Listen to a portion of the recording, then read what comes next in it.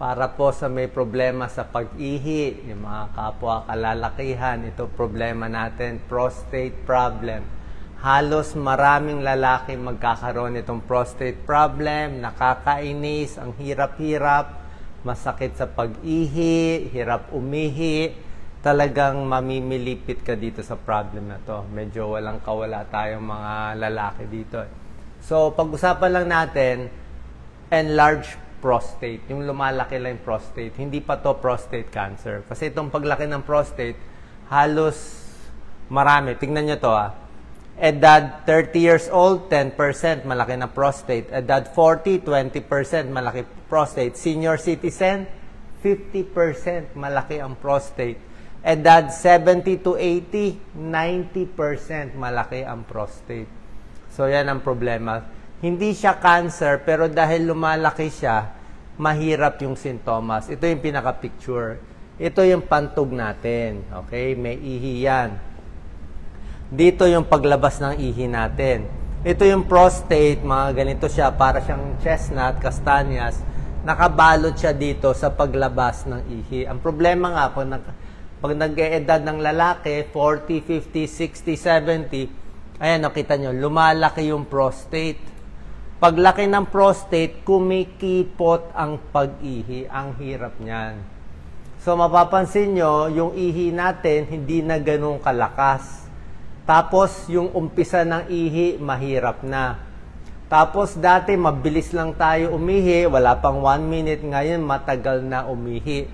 At minsan, pag nakaihi ka na, ang problema rin, itong bladder natin, itong pantog, mas humihina rin to Parang rubber band yan parang goma.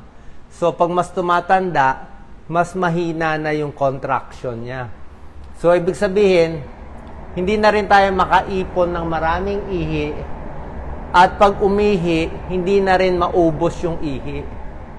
So, hindi maubos. Kakaihi mo pa lang, wala pang 1-2 minutes, naiihi ka na naman. Yun ang problema. Kasi naiipon dahil mahina na nga yung bladder, yung pantog, tapos naiipit pa nitong prostate.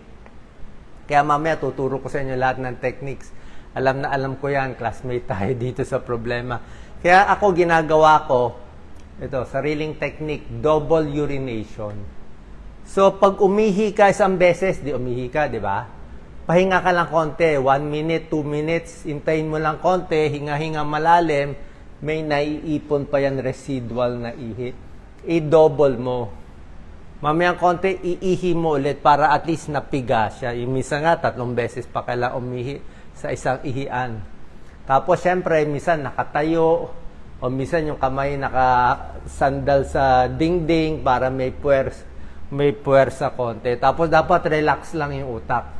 Relax lang yung utak para bumuka ito kahit maliit ang buka.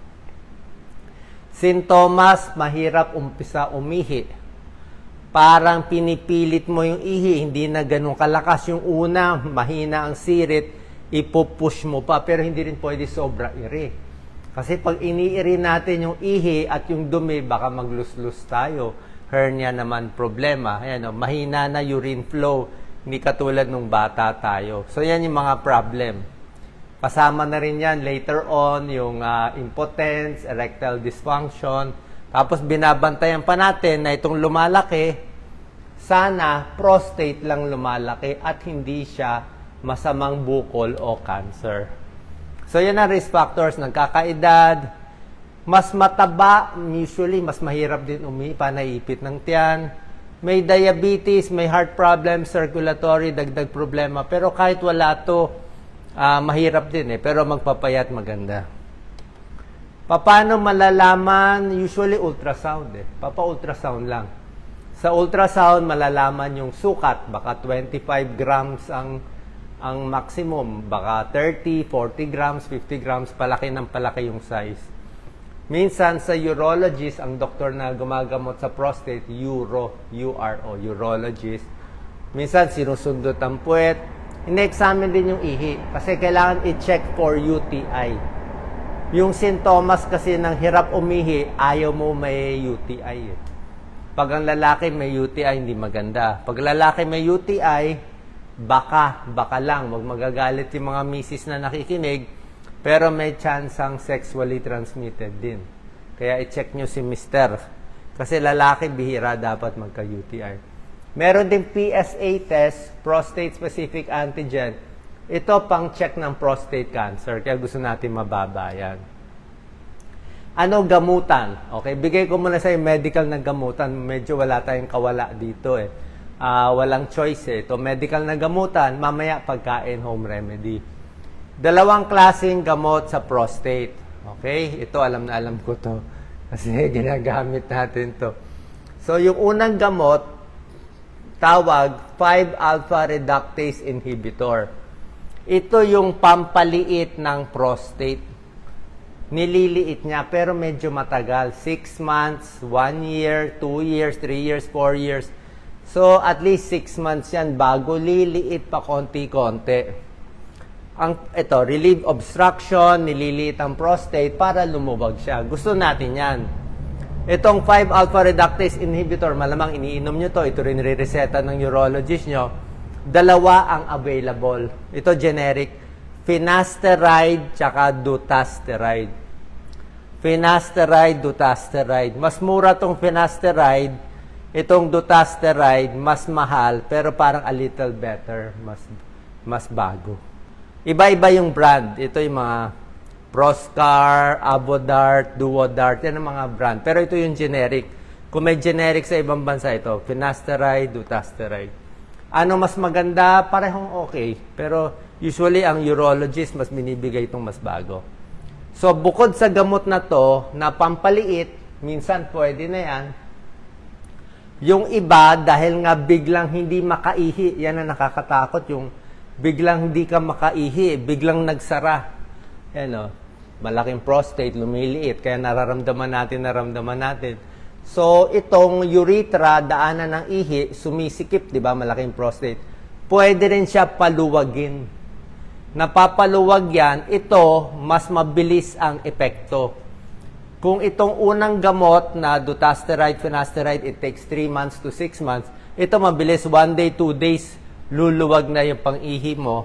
Tawag dyan, alpha blocker, pampaluwag nitong urethra. Itong alpha blocker, maraming mga generic, alfuzosin, doxazosin, tamsulosin, terazosin. So, marami yan. Tapos, meron ding combination na. Meron ng combine. Merong combine nito, mas mabilis. Oo. Ano problema dito? Wala namang problema dito kasi kailangan natin kung talagang malaki ang prostate. Ang binabantayan lang dito, kasi binubuka nga niya yung urethra, pwedeng bumaba ang blood pressure. Ulitin ko pwedeng bumaba yung blood pressure sa pag-inom nitong mga gamot. So, pag hindi ka high blood, normal ka lang, uminom ka nito, hindi ka sanay, pwedeng mahilo, bumagsak ang blood pressure. Pero kung may high blood ka, tapos malaki pa prostate mo, marami namang may lalaki, high blood, tsaka prostate problema, di bagay ito, 2-in-1, napaluwag na yung daanan ng ihi, nakatulong pa sa blood pressure. Tsaka may secret benefit itong finasteride, dutasteride. O, kukwento ko sa inyo. Tunay po to, hindi to biro Ang secret benefit nito, kakapal yung buhok mo. Kakapal ang buhok mo. Nakakapal siya ng buhok. So, minsan, yun din ang nagiging good side effect niya. Okay? So, yun lang talagang gamutan eh. Punta kayo sa urologist, siya magbibigay, hindi ako. Binibigay ko lang yung pangalan para alam nyo. Ito, usually, ilang years eh. Ilang years ang inom eh. Ito. Parang, siguro pwede tigil, pero pag tigil, mamaya, lumaki na naman. Ang problema ko kasi dito, pag lumaki ng lumaki, ayaw natin umabot dito sa opera. Opera yung kayod eh. Ito rin eh. Actually, yung mga gamot na yon ayon sa pag-aaral, less chance ka maoperahan. Yung mga umiinom nung binanggit kong finasteride, dutasteride at iba, less chance ma-operahan compared sa hindi uminom. Ganyan yung opera eh, kinakayod eh. Yan. Medyo maselan. Pero kung walang choice eh, yan ang bagsak natin. Anong pagkain iiwasan? Ito mahalaga din. Di ba? Bukod sa gamot, kailangan alam natin pagkain. Ito turo ng urologist ko, si Dr. Ed Gatchalian. Magaling na urologist. sa Manila Doctors Hospital. I'm sure baka kilala nyo siya. Sabi niya sa akin, pareho din naman sinasabi ng mga medical studies, iwas ka, Willie, sa beef. Ayaw niya talaga yung beef. Kung kakain ka ng beef or steak, konti lang, huwag madalas. So, asa ayaw niya ng beef, yung pork, a little better pa. Basta pork and beef, iwas daw. Kahit gatas, iwas din. So, beef, gatas, medyo iwas tayo kung lumalaki ang prostate. Itong mga iba, syempre, sobra alat, ayaw natin kasi mas mataba, mas maga. Sobrang sugar, ayaw din natin. Sobrang processed food, sobrang mantika, sobrang delata, sobrang alat din yan. Tsaka medyo pinagbawalan din ako sa sobrang anghang. Pag spicy kasi, may almoranas din tayo. So, pag spicy, ayaw sa almoranas, ayaw din sa prostate. Kasi yung spicy, meron siyang capsaicin eh. Yung spicy sili, mahapdi siya dito sa esophagus. Hanggang sa tiyan, hanggang sa bituka, paglabas niyan, nandun pa rin yung hapdi niya. Kaya medyo baka ma-affect yung almoranas at yung prostate. Ayaw rin nila na spicy. Yan. So, konting iwas, hindi ko naman sinasabi bawal. Siyempre, mga healthy foods, gulay, prutas, lahat pwede. Yan, mga prutas na pwede. Green tea, pwede. Isda, pwede. Vitamin D, healthy. Ito yung sinabi ko sa inyo iwasan. Pati caffeine, kape, konting bawas. Alak, spicy food, sinabi ko sa inyo. Dairy, red meat, beef, ayan o. Yung mga okay, isda, maganda. May omega-3, may vitamin D, mga strawberry, maganda. Onions and garlic. Maraming gulay. Ito, syempre, garlic. Di ba? Bawang gusto natin. Maraming gulay. Kamatis. Maganda kamatis sa prostate. Lycopene. Lycopene, maganda. Nuts and mga seeds. Anong vitamins iniinom? Wala talagang specific vitamin. Anong supplement? Wala po tayo ina-endorse. Uulitin ko. Baka meron kayo nababasang ina-endorse ni Doc Willie. Wala po kayo na-endorse, puro fake news, lahat po yun. Hindi ko kayo papabilin kahit piso. Okay? Lalo na sa prostate, wala. Itong gamot, hindi to ina-endorse, yan talaga bibigay ng urologist nyo. Punta kayo sa malalaking ospital, yan talaga ibibigay niya. Oo. Ang mga ginagamitan ng fake news, usually, mga ibang bagay lang yun, mga baka supplement or iba Okay, prutas, maganda, lifestyle-related, magpapayat, more exercise, more galaw. Maraming tubig kailangan. Maraming kayo inumin ng tubig, 2 to 3 liters para mahugasan, para hindi tayo mag-UTI. Okay, para hindi tayo mag-UTI. Ayaw natin maoperahan. So, magpapayat. Dagdag ko lang, may isang sakit sa prostate din. Pwede lumalaki prostate o hindi. Ang tawag niya, infection or pamamaga sa prostate. Prostatitis. Parang UTI din siya. Pag sa urinalysis, may makikitang mga pus cells. Yan, So, itong prostatitis, iba sintomas. Diba, sabi natin, yung malaking prostate, mahirap. Dito, may lagnat pa konti. Tsaka yung pag-ihi dito, hindi lang hirap, masakit. Mahapdi ang pag-ihi. Ayan, habang nagtatalik, masakit. Minsan may dugo. May dugo sa semilya. Yan, mas matindi to hanggang likod, masakit. Okay, so ito, prostatitis, ibang usapan to, kailangan antibiotic.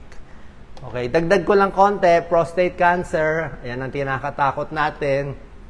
Yung mga risk factors, syempre, iwas tayo sa cancer. Sintomas ng prostate cancer, mas malala pa sa sintomas ng lumalaking prostate. Ito, baka may dugo. Pag kumalat yung cancer, pati buto sa likod, masakit. So, namamayat, weight loss. Mas matindi ang sintomas kumpara sa malaking prostate. Pero hindi natin malalaman, papa-ultrasound na lang tayo. Tapos, check nga yung PSA, mataas. Siyempre, kung ito ang kinakatakot natin yan, hindi naman kinakatakot ko, bahala na yung urologist sa atin kasi may gamutan din naman. Kahit prostate cancer, hindi pa talaga may laban pa tayo kasi mabagal to kumalat. Mabagal siya kumalat. So, medyo okay. Ang thyroid cancer, prostate cancer, pag may nagsabi sa inyo, huwag agad malulungkot, Mahahabol pa yan. May ilang years, baka years, syempre months o years na mahahabol pa natin. Mabubuhay pa tayo, matatanggal natin yung completely prostate cancer, thyroid cancer, basta maaga magpatingin sa urologist. Sana po nakatulong tong video para sa kapwa ko lalaki na may ganitong problema. Lahat ng mga misis, kayo na makinig, turuan nyo si Mr. God bless po.